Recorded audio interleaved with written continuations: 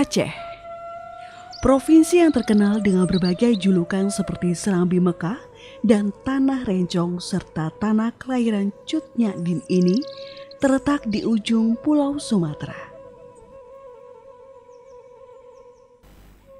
Walaupun sempat porak-poranda akibat hantaman tsunami pada 2004, Aceh sudah bangkit dan berbenah menjadi salah satu kekuatan pariwisata Indonesia. Garis pantainya yang putih dan indah terbentang sepanjang lebih dari 2.600 km. Itulah sebabnya provinsi yang bernama lengkap Nanggro Aceh Darussalam ini memiliki potensi kelautan dan perikanan yang besar. Tapi selain itu, Aceh juga terkenal dengan tari sambannya yang sudah mendunia.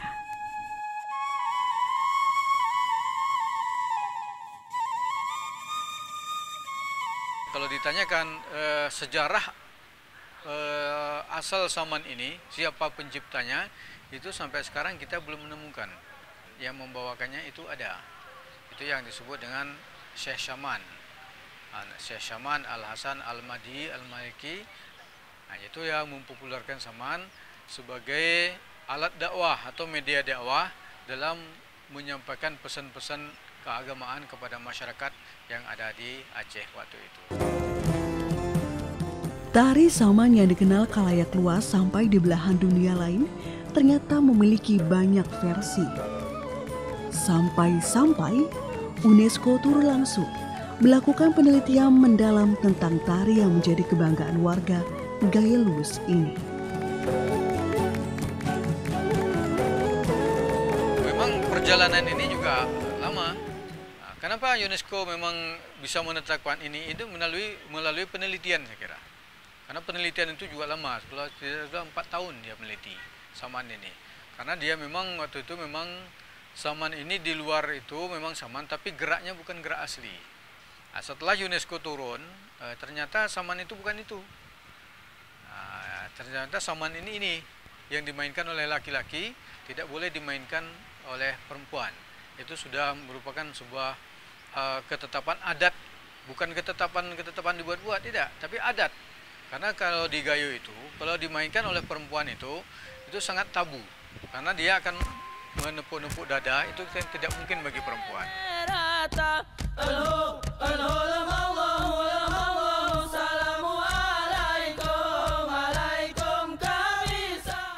Ada 4 ya, kriteria dalam pemutusan UNESCO itu.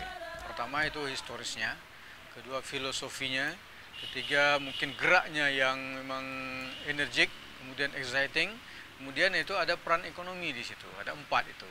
Nah, jadi ditinjau dari segi historisnya. Historis ini memang dia tidak pernah dibukukan dan tidak bisa dibukukan. Dia cuma hanya mengalir cerita-cerita dari turun-temurun sampai sekarang. Nah, bahwa itulah ceritanya dan itulah sejarahnya. Dan belum ada kita masyarakat Gayo, masyarakat Aceh pun menulis tentang sejarah itu yang pasti. Karena tidak jelas. Nah, itulah tumbuhnya. Kenapa itu memang sebuah gerakan atau tarian yang tanpa ada sejarah pasti tapi bisa berkembang.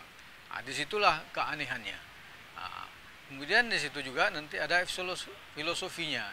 Jadi semua gerak, semua nyanyian atau irama di dalam gerak itu ada filosofinya, ada arti dan maknanya tersendiri. Nah, jadi itu ada kekuatan magisnya di situ. Kemudian ada semangatnya. Kemudian inilah dulu pada zaman Belanda, saman ini memang pernah di-stop, dilarang oleh Belanda. Karena Belanda ini bisa menyatukan masyarakat. Nah, dengan saman ini bisa menyatukan masyarakat, bisa mendorong semangat untuk melawan Belanda. Kemudian ekonomi. Jadi kalau di daerah Gayo sana itu biasanya untuk merayakan hari-hari besar, terutama setelah Hari Raya Idul Fitri, itu ada saman sehari semalam, ada 2 hari 2 malam. Di dalam event itu ada orang berjualan. Jadi dari mana-mana itu orang berjualan. jualan makanan-makanan, jualan hiasan, jualan mainan dan sebagainya, sehingga tumbuhlah ekonomi masyarakat pada saat itu diadakan. Jadi ada dampak ekonominya di situ. Jadi meningkatkan taraf hidup masyarakat, perekonomian masyarakat yang mengadakan tarian saman itu. Jadi masyarakat berduyun-duyun itu dari mana-mana saja, semua kampung bahkan dari semua kabupaten pun bisa datang, diundang untuk menonton tari saman itu. Sehingga hiduplah ekonomi di sana. Maka ditetapkanlah saman ini sebagai khasanah budaya dunia tak benda oleh UNESCO pada tahun 2011 kemarin.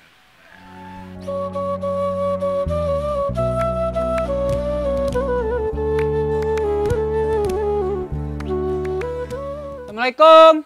Salam. Dari siapa? Dari bapak lah, woi. Waalaikumsalam. Pak, Mana Pak De? Pak, aku pengen latihan lah, Pak. Selama COVID-19, kita tidak ada latihan. Sanggar tutup. Aku udah lama kali lah nggak latihan, Pak. Bade, dengarkan saya ya. Selama COVID-19, kita harus mengikuti protokol kesehatan dari pemerintah. Oke? Jadi tidak ada latihan di sanggar kita. Kamu dengar? Tapi aku udah lama nggak latihan nih, Pak. Kamu mau latihan? Cari pelatih lain. Saya tidak mau.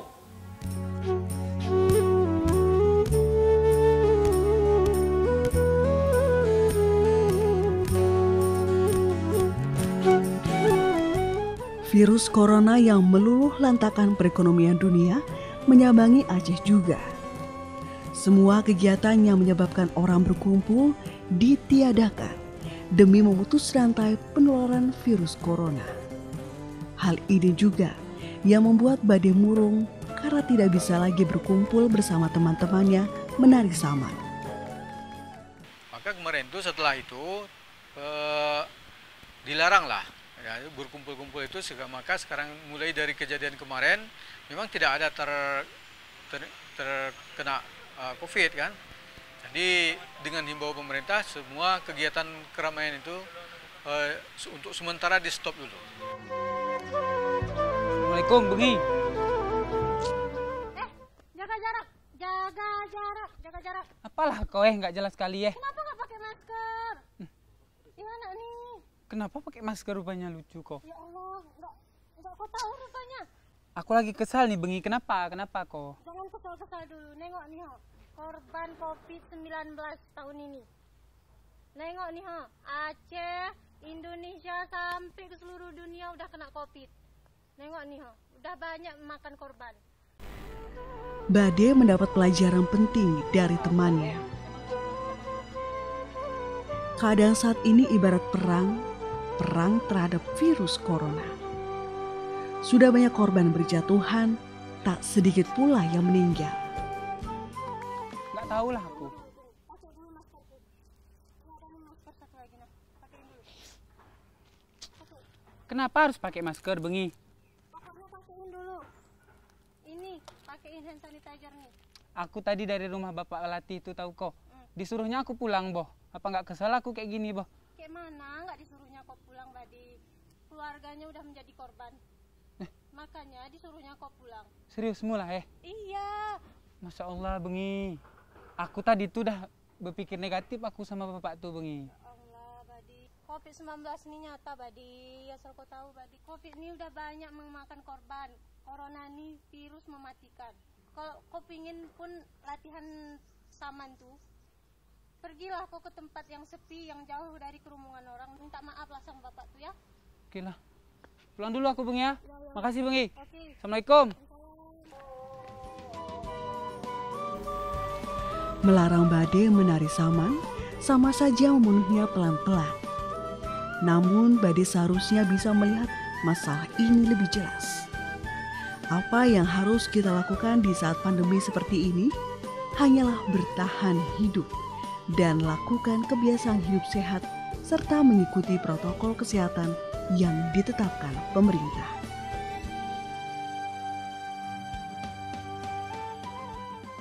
Emokot di ngeosop tajuk kepias. Bade sebenarnya tahu dan sadar betul bahaya virus corona. Sayangnya saat itu Bade belum menemukan jawabannya. Berkat bantuan temannya, kini ia sudah menemukan solusinya. Besilo ngebungkus berbaju gayo. Ine amangku ine. Mokot di ngeosop tajuk kepias. Besilo ngebungkus berbaju gayo. Mokot di ngeosop tajuk kepias. Berbaju gayo.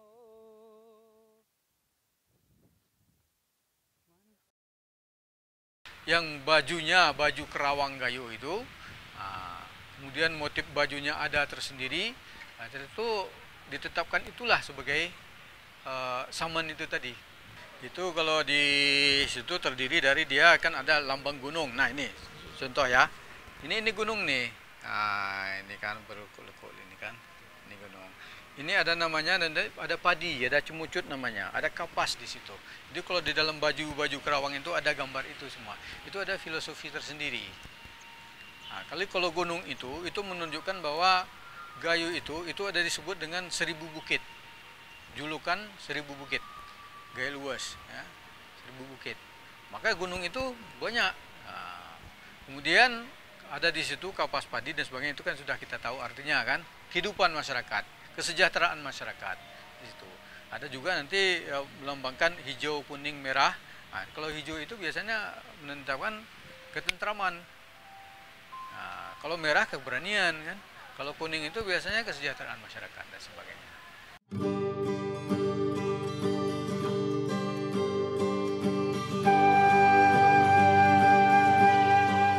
Kita harus yakin cepat atau lambat kita bisa melewati epidemi ini. Dan ketika suatu saat nanti kita melepas masker untuk selamanya, kita harus ingat mengapa kita memakainya dan siapa yang membantu kita melepaskannya.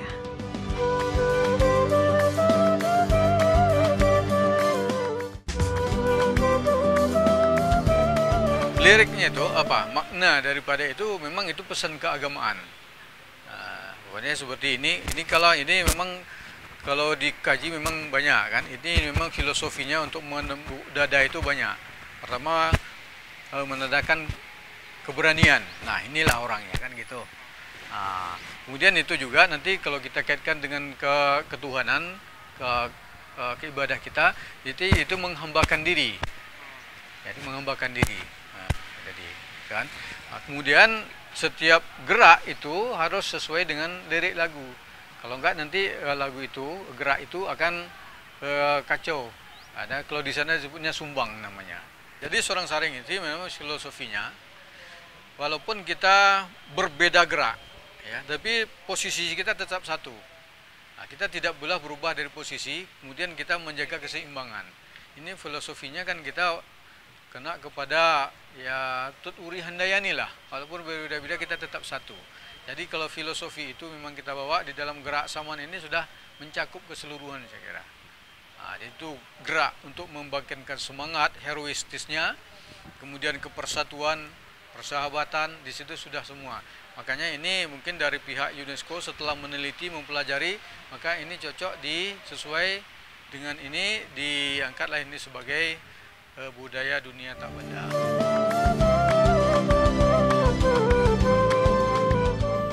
Perpaduan seorang anak muda penari saman dan keadaan yang serba sulit karena COVID-19 menyatu pada diri Bade. Namun hasrat yang bergejolak dalam hati tak pernah padam. Karena hanya inilah yang membuat hidupnya bergairah, tari saman.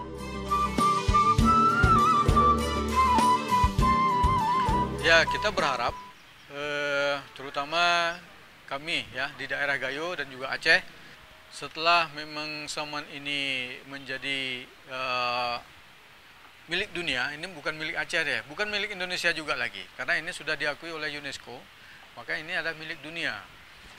Tugas kita sekarang ini melestarikan supaya memang saman ini tidak punah, ditelan oleh budaya-budaya asing, budaya-budaya luar yang sekarang itu memang luar biasa masuknya. Harapan kita semua, saman ini semakin terlestari, semakin membudaya, dan juga membawa harum nama Indonesia di kancah perbudayaan dunia.